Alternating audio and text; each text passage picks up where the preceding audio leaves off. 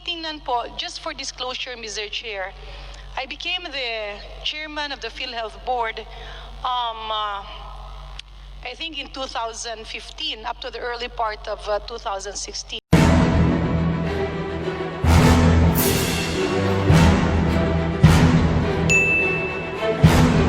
Fraud is not new to PhilHealth.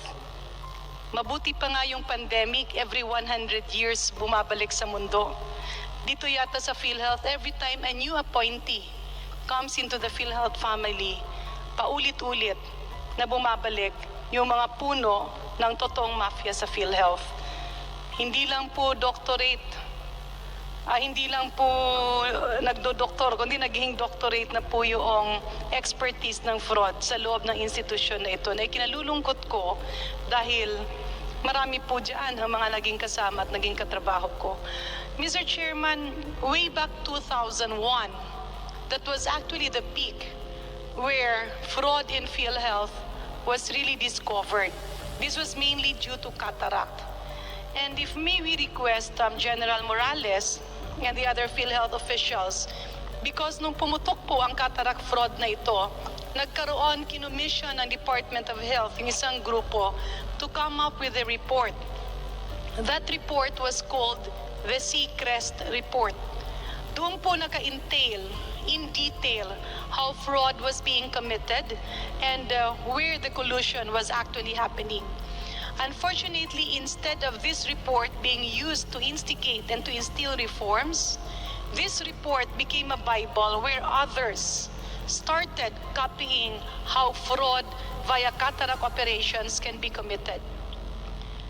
I joined Congress in 2004 at nung pumasok nga ako sa Kongreso, yung laban ng paglilinis ng PhilHealth ay dinala ko sa Kongreso.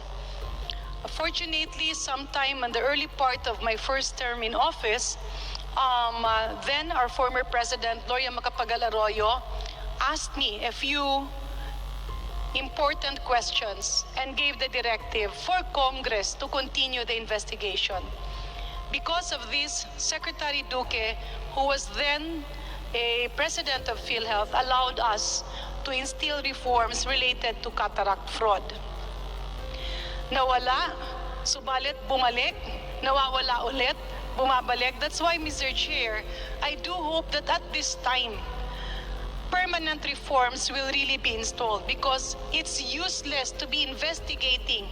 Ilang investigasyon na po ang dinaanan ng PhilHealth pero walang nangyayari dahil bawat panahon na merong bagong ina-appoint, they have mastered the art of fraud.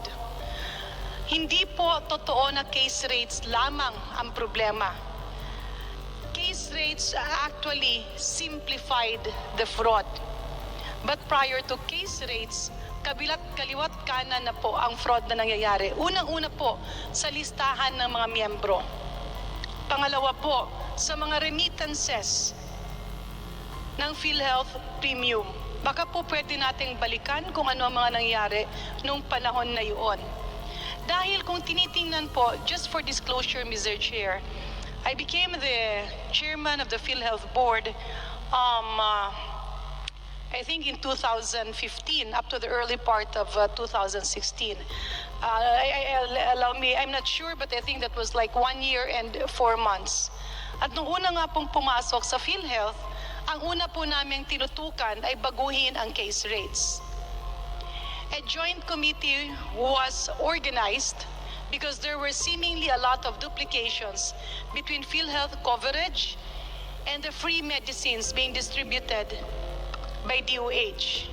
At nailuto po ang mga tinanggal. Example, magkakaroon po yung PhilHealth ng coverage na pamimigay sa ating mga rural health centers. These are packages, but the medicines actually covered are the same medicines that are already distributed by DOH for free. So to avoid duplication and to align the actual case rates, nagkaroon po ng reduction. I believe dialysis was one of those. Pneumonia case rates were also changed dahil nung panahon nga dati, na dokumento po yung track na mga tao na hinahakot. And the problem with this, Mr. Chair, yung mga miyembro ng PhilHealth tila na abuso. The reason why I am repeating this again, because we have been trying so hard to convey this to the leadership of PhilHealth. Unfortunately, every time the leadership changes, many people are made to believe that fraud does not exist. Kaya kung sa pandemya, kailangan nating tanggapin na totoo ang COVID, and we have to coexist in order to solve the problem of this pandemic. Sa PhilHealth naman, kailangan po nating tanggapin that fraud is happening and that there is a syndicate inside, because if the leadership of PhilHealth will not recognize the existence of such syndicate, it will be very difficult to find solutions. Pagka po ba sinabing interim reimbursement mechanism, ibig po ba sabihin cash advance or ipadala ng una yung pera o hindi? Yes, Mr. Chairman, yung interim reimbursement mechanism ho ay isa pong cash advance, isang form ng cash advance. Nakakapagtaka po, Mr. Chair, kasi klaro naman po doon sa term, interim reimbursement mechanism. At ang pagkasabi po dito sa interim reimbursement mechanism, ginagawa siya para tulungan yung ating mga health facilities at ating mga ospital sa panahon ng pandemya o mga kalamidad, kagaya ng Marawi Siege, ng Yolanda, ng mga earthquake at kung ano-ano pang mga nangyari. Pero ang pagkakaintindi ko po, Mr. Chair, distinguished colleagues, nung ako po naging undersecretary ng Department of Health, at doon po nangyari ang Yolanda, ang nakasaad po kasi doon, bibilisan yung reimbursement. Ibig sabihin, puputulin yung mga bürokrasya kung saan napakatagal ng reimbursement sa ating health facilities at sa ating mga doktor. Kasi napakaklaro po interim reimbursement mechanism. The word speaks for itself. Res ipsa loquitur. Para naman pong, hindi po ba napakahirap pong intindihin. I am not a lawyer. I have my background on public health financing. Pero basic lang po, ang hirap pong sabihin na kapag sinabing reimbursement, cash advance. Hindi po talaga maitugma yung these two words, these two phrases. So if I may, Mr. Chair, may I ask another question? Kanino po ba ang pera ng PhilHealth? Pakiulit po, Mr. Chairman. Mr. Chair, sino po ba ang may-ari ng pera ng PhilHealth? Ang taong bayan ho, may-ari ng pera ng PhilHealth. Apologies, Mr. Chair, hindi ko masyadong narinig. Ano nga po yun? Sino yung may-ari ng... Congresswoman Garin, Mr. Chair, ang narinig ko po sa sinabi ng PhilHealth ay taong bayan daw po ang may-ari ng pera ng PhilHealth.